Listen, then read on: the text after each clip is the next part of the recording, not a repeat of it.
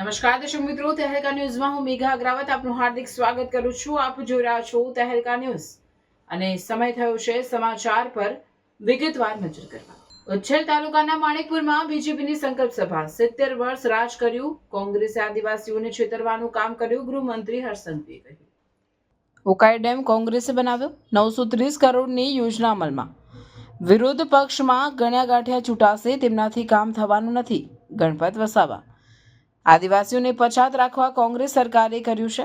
35 વર્ષથી આદિવાસીઓનો વિકાસ કર્યો છે. 5મી સૂચિ વીતેલી સરકારે નથી કર્યો, તે બીજેપી સરકારે કર્યો.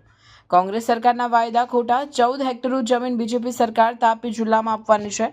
બીજેપી સરકારે ગુજરાતમાં બિરસા મુંડા સિટી સ્થાપી. 150 કરોડનું મ્યુઝિયમ રાજપીપળામાં બને છે. યુસીસીનો કાયદો, આદિવાસી સમાજને મુક્તિ આપવામાં આવી. કોંગ્રેસ પાર્ટી આદિવાસીઓને છેતરે છે. કોંગ્રેસની સરકાર અનામતનો વિરોધ કર્યો હતો.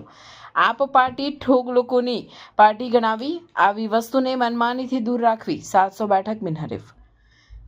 5-10 મિનિટ દિલની વાત કહેવા આવ્યો છું, હર્ષ સંઘવીએ કહ્યું. બીજેપી સરકારે 24 કલાક વીજળી આપી. બીજેપીના શાસનમાં પાણી યોજના અમલમાં. એના પહેલા 10 કોસ પાણી લેવા માથે દેગાડા મૂકી મહિલા જતી હતી.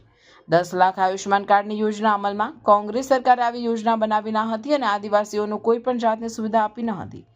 કોંગ્રેસની સરકારે વિકાસના કામો કર્યા નથી. સરકારી યોજના તમારા હકના છે, તેમનો લાભ લો. તાપી જિલ્લાના તમામ નાગરિકો બીજેપીને પોતાનું મતદાન અવશ્ય કરે એવું આહવાન કર્યું હતું.